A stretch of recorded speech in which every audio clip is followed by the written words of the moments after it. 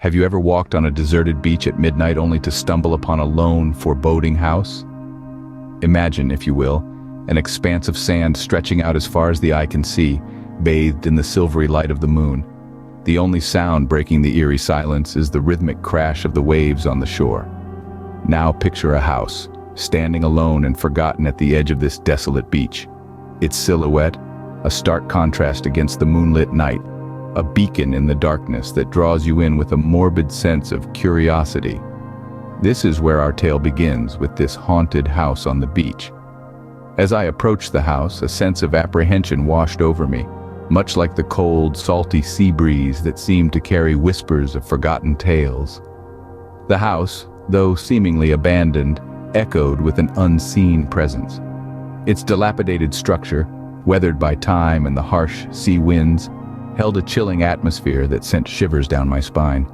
The windows, like empty eye sockets, stared back at me as if holding secrets waiting to be unveiled.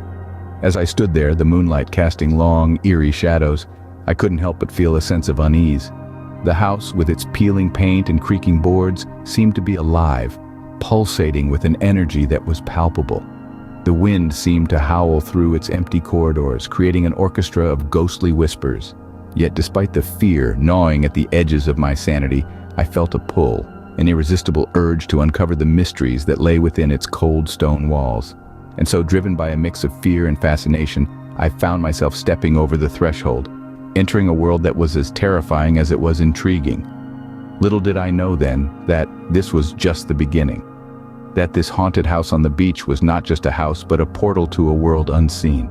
A world that existed in the shadows, hidden from human eyes. Who knew that this haunted house on the beach would change my life forever? Ever felt an unseen presence around you? A chill that makes your spine tingle? As I ventured into the heart of the house, a strange sensation washed over me. It was as though the very air around me was alive, pulsating with an energy that was not its own. The house seemed to breathe around me, the walls whispering secrets that only they knew. As I walked through the dark corridors, my footsteps echoed ominously, their sound bouncing off the old wooden floors and mingling with the salty air that wafted in from the ocean. The house was silent, yet every creak of the floorboards, every rustle of the wind outside seemed to carry a message, a warning. The temperature suddenly dropped, as though someone had opened a window to a winter's night. My breath fogged up in the air before me, and I could see my reflection in the frost that formed on the inside of the windows. I shivered, pulling my jacket tighter around me, but the cold seemed to seep into my bones, a deep chill that no amount of clothing could ward off. I could feel eyes on me, the sensation of being watched so strong that I could almost see the gaze that followed me around the room. But every time I turned around, there was nothing there, just the empty room and the silent walls. Then came the noises, faint at first, like the distant sound of waves crashing against the shore. But as I listened, they grew louder, closer. A soft whispering, a low hum, the sound of footsteps that were not my own. I turned around, my heart pounding in my chest. But there was nothing there, just the silence, the cold, and the feeling of being watched. The house was alive, its pulse matching the rhythm of my own heartbeat. It was not a welcoming presence, but a cold, calculating one, a predator watching its prey. I could sense something in there with me, something cold and unseen.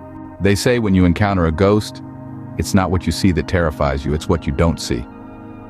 My first ghostly encounter in the house was a memory that was etched into my mind forever.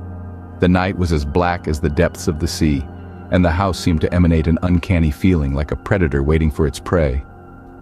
It started with a sound, an innocent, childlike laughter that echoed through the cavernous halls of the house. The sound was surreal, chilling, and yet strangely familiar. It seemed to be coming from everywhere and nowhere at the same time. The laughter, if you could call it that, reverberated off the old wooden walls, filling the space with an eerie resonance that sent shivers down my spine. Then came the touch, a cold, icy hand on my shoulder as if a child was seeking comfort, but there was no comfort to be found in that touch. It was a touch that was colder than the winter's snow, a touch that seemed to drain the warmth from my very soul. The dread came next. It was an overwhelming sensation, like a wave crashing over me, pulling me under into a sea of despair. The air grew heavy, My heart pounded in my chest like a war drum. It felt as if the walls of the house were closing in on me, as if I was being watched by unseen eyes. Every instinct screamed at me to flee, to escape this haunted house and its sinister presence. But I was frozen in place, my feet rooted to the spot as if held by some unseen force. I wanted to scream, to call for help, but my voice was lost in the deafening silence. The laughter grew louder, the cold touch on my shoulder more insistent. The dread filled me until I thought I would burst. I was trapped in a nightmare, a prisoner in a house that was more a tomb than a home. I wasn't alone in that house, and whatever was there with me, it wasn't friendly. Sometimes the past refuses to stay buried. As the chilling winds of the Atlantic whispered through the dilapidated hallways, I found myself drawn to the remnants of a life once lived within these eerie walls. The house, as it turned out, had a history as stormy as the sea it overlooked.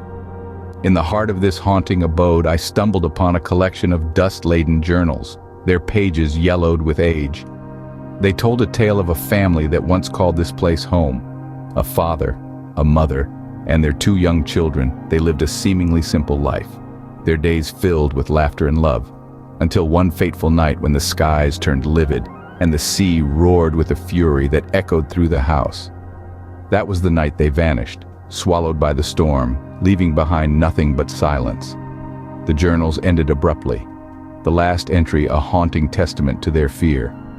The disappearance remained an unsolved mystery, their names fading into obscurity, their story trapped within these forsaken walls.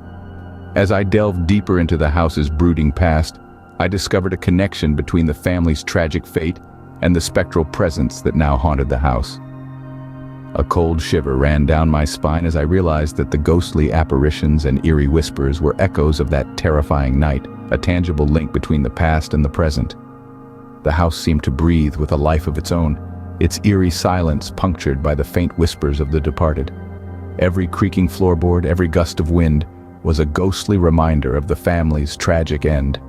The house was not just a structure of wood and stone, but a living testament to a history marred by loss and despair. The more I uncovered, the more I understood the depth of the darkness that enveloped this place. The house was a crypt of secrets, its walls whispering tales of a past filled with sorrow, its rooms echoing with the haunting remnants of a life abruptly ended. The house held secrets darker than the night itself. The truth, when revealed, can be more terrifying than any ghost story. And now, we delve into the heart of our tale, where the veil is pulled back and the unsettling truth behind the haunting is laid bare.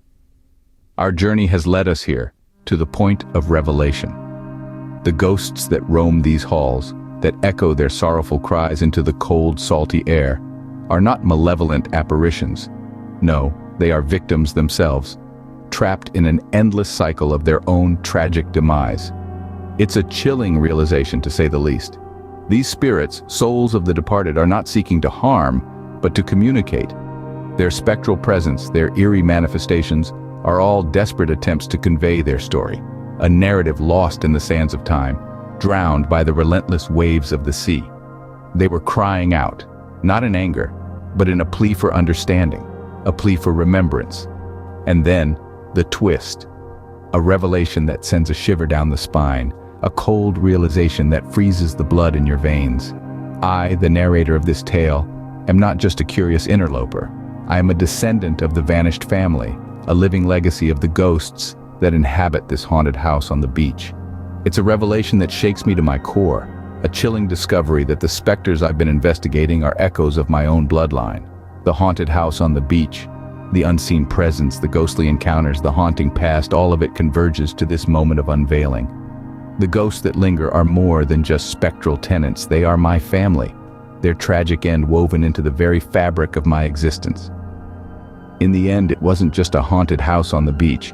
It was a piece of my own forgotten history, a chilling chapter from my family's past.